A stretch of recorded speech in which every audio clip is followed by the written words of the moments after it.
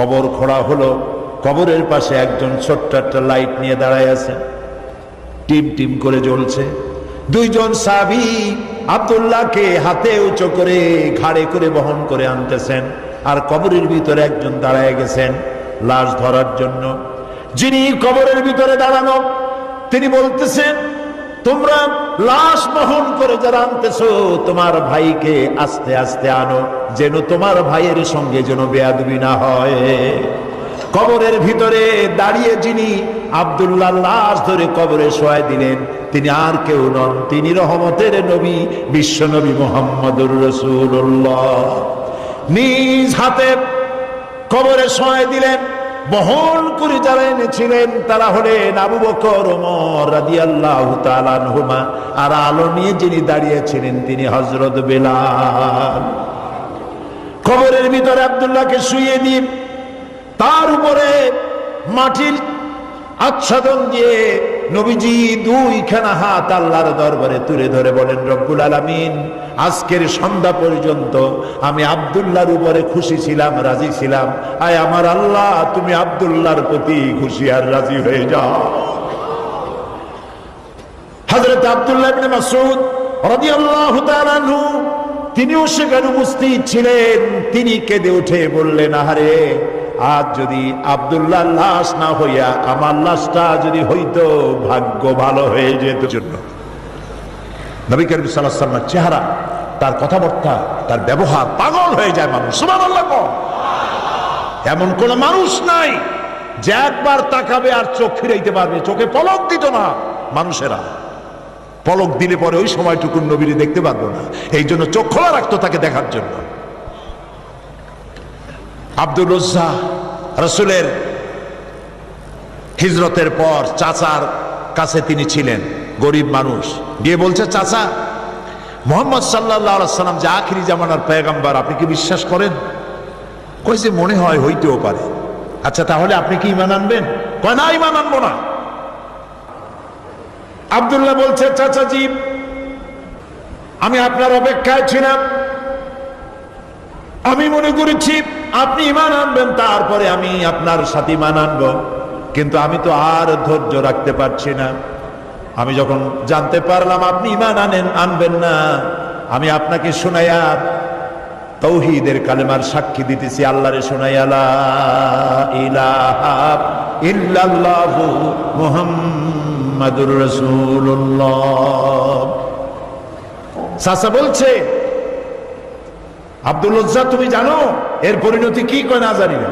এর পরিণতি হচ্ছে তোমার বাড়ি ঘর, উট, ছাগল, ভেড়া, দুম্বা যা আছে সব আমার দেওয়া, এগুলিকে ছেড়ে দিতে হবে। তিনি বললেন, ছেড়ে দিলাম, সব ছেড়ে দিলাম।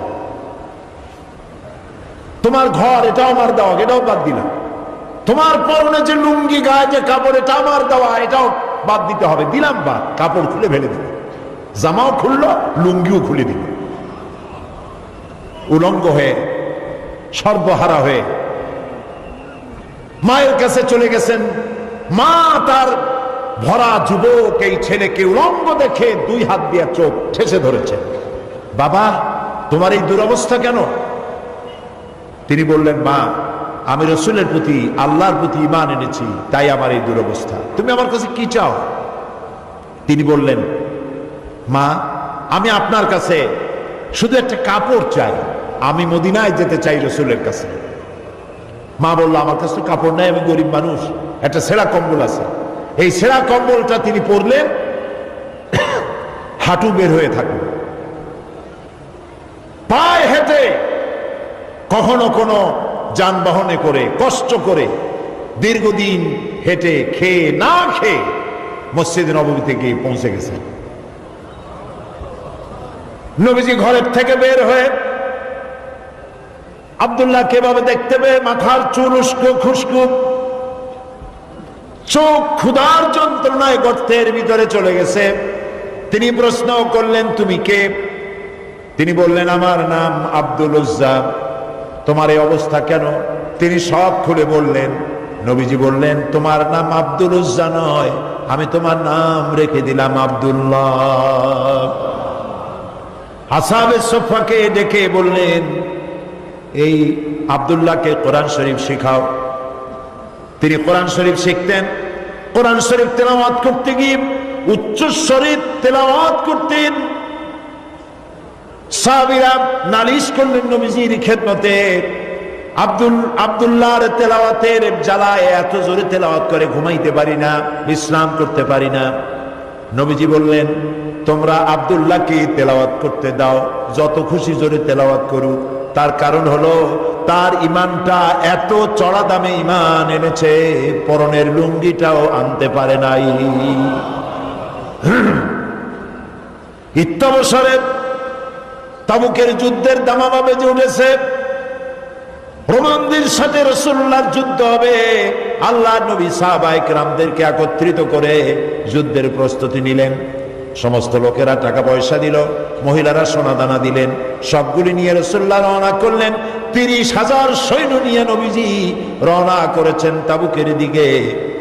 আর 2 লক্ষ সৈন্য আসছে রোমানদের। কিছু দূর যাওয়ার পরে হযরত আব্দুল্লাহ নবীজির সামনে এসে দাঁড়ালেন।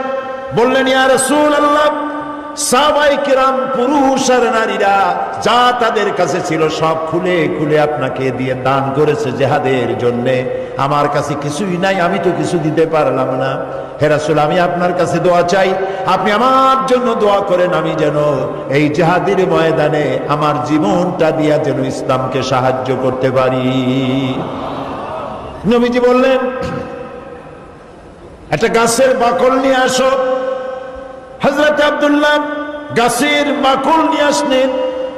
আল্লাহ নবী বাকলটা হযরতে আব্দুল্লাহর হাতে বেঁধে দিয়ে বললেন, আয় আল্লাহ, আমি আব্দুল্লাহ রক্তকে কাফেরদের জন্য হারাম করে দিলাম।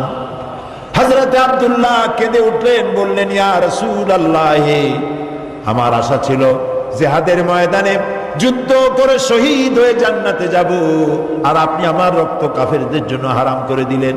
আল্লাহর নবী বলেন, আব্দুল্লাহ, কোনো চিন্তা করো না, এখন যদি তোমার জ্বরেও মৃত্যু হয়, ঘরের মধ্যে বসে আল্লাহ তোমাকে শাহাদাতের দরজা দিবে। তাবুকের প্রান্তরে সাহাবায়ে কেরাম উপস্থিত হলেন। রোমান 2 লক্ষ সৈন্যরা, আল্লাহর নবী নিজে এসেছেন শুনে ভয়তে পালিয়ে গেল। বিনা যুদ্ধে জায়গা দখল হয়ে গেল। নবীজি সেখানে 20 দিন অপেক্ষা করলেন। চতুর্দিকে দ্বীনের দাওয়াত ছড়াতে লাগলেন। একদিন নবীর কানে খবর গেল, আয় আল্লাহর নবী, ওই যে আব্দুল্লাহ যার হাতে আপনি বাকল পরিয়ে দিয়েছিলেন, ওই আব্দুল্লাহ আজকে রাতে কয়েকদিন জ্বর ভোগার পরে তিনি ইন্তেকাল করেছেন। নবীজি তাকে গোসল এবং কাফনের ব্যবস্থা করতে লাগলেন, করতে বললেন, এবং নিজে গিয়ে জানাজার ব্যবস্থা করবেন বললেন। কবর খোঁড়া হলো। কবরের পাশে একজন ছোট্ট একটা লাইট নিয়ে দাঁড়ায় আছে, টিম টিম করে জ্বলছে। 2 জন সাহাবী আব্দুল্লাহকে হাতে উঁচু করে ঘাড়ে করে বহন করে আনতেছেন, আর কবরের ভিতরে একজন দাঁড়ায় গেছেন লাশ ধরার জন্য। যিনি কবরের ভিতরে দাঁড়ানো, তিনি বলতেছেন, তোমরা লাশ বহন করে যারা আনতেছো, তোমার ভাইকে আস্তে আস্তে আনো, যেন তোমার ভাইয়ের সঙ্গে যেন বেয়াদবি না হয়। কবরের ভিতরে দাঁড়িয়ে যিনি আব্দুল্লাহ লাশ ধরে কবরে শোয়াই দিলেন, তিনি আর কেউ নন, তিনি রহমতের নবী, বিশ্ব নবী মুহাম্মদুর রাসূলুল্লাহ। নিজ হাতে কবরে শোয়াই দিলেন। বহন করে যারা এনেছিলেন তারা হলেন আবু বকর, ওমর রাদিয়াল্লাহু তাআলা আনহুমা, আর আলো নিয়ে যিনি দাঁড়িয়েছিলেন তিনি হযরত বেলাল। কবরের ভিতরে আব্দুল্লাহকে শুইয়ে দিয়ে তার উপরে মাটির আচ্ছাদন দিয়ে নবীজি 2খানা হাত আল্লাহর দরবারে তুলে ধরে বলেন, রব্বুল আলামিন, আজকের সন্ধ্যা পর্যন্ত আমি আব্দুল্লাহর উপরে খুশি ছিলাম, রাজি ছিলাম। আয় আমার আল্লাহ, তুমি আব্দুল্লাহর প্রতি খুশি আর রাজি হয়ে যাও। হযরত আব্দুল্লাহ ইবনে মাসউদ রাদিয়াল্লাহু তাআলা আনহু তিনিও সেখানে উপস্থিত ছিলেন। তিনি কেঁদে উঠে বললেন, আহারে, আজ যদি আব্দুল্লাহ লাশ না হইয়া আমার লাশটা যদি হইতো, ভাগ্য ভালো হয়ে যেত। নবীজি বলছেন, আয় আল্লাহ, আজকের সন্ধ্যা পর্যন্ত আমি আব্দুল্লাহর উপরে রাজি, তুমি আব্দুল্লাহর প্রতি রাজি হয়ে যাও। সুবহানাল্লাহ। প্রিয় ভাই সব, একজন সাহাবী রাসূলকে যে সম্মান দিয়েছে, ভালোবাসা দিয়েছে, সারা দুনিয়ার মানুষ এই ভালোবাসা একত্রিত হয়ে দিতে পারবে না। হলো রাসূলের দেওয়া আদর্শ বাস্তবায়িত করার মধ্যেই মহব্বত।